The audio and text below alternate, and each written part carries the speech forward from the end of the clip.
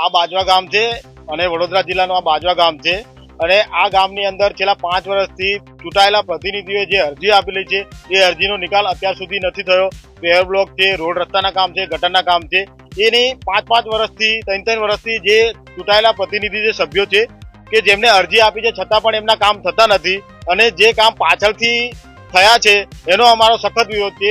અમારી પંચાયતની જે સામાન્ય સભા હતી, સામાન્ય સભામાં અમે નક્કી કર્યું હતું પંચાયતના ચૂંટાયેલા સભ્યોએ કે આ જગ્યાએ જે કામ થઈ રહ્યું છે આ શોપિંગ સેન્ટરની અંદર ત્યાં પછી કરો, પણ જે અરજી આપેલી છે જનતાએ, જનતાના જે પ્રશ્નો છે એ પ્રશ્નો પહેલા હલ કરો. તલાટીએ પણ હા પાડી હતી, ચૂંટાયેલા સભ્યોએ પણ હા પાડી હતી. પંચાયતની મિટિંગ થાય એટલે ઠરાવ 100% થાય. અત્યાર સુધી અમને એક પણ ઠરાવ બતાવવામાં પણ નથી આવ્યો. મહત્વની વાત એ છે કે જ્યારે તલાટીએ એવું કીધું તો કામ નહીં થાય તો આ કોના ઈશારે તાત્કાલિક ધોરણે કામ શરૂ થયું છે? શું પંચાયતમાં ચૂંટાયેલા સભ્યોની કોઈ ઇજ્જત નથી, કોઈ માન સન્માન નથી? જો આવું જ કરવું હોય તો પંચાયતમાં મિટિંગ શા માટે લે છે?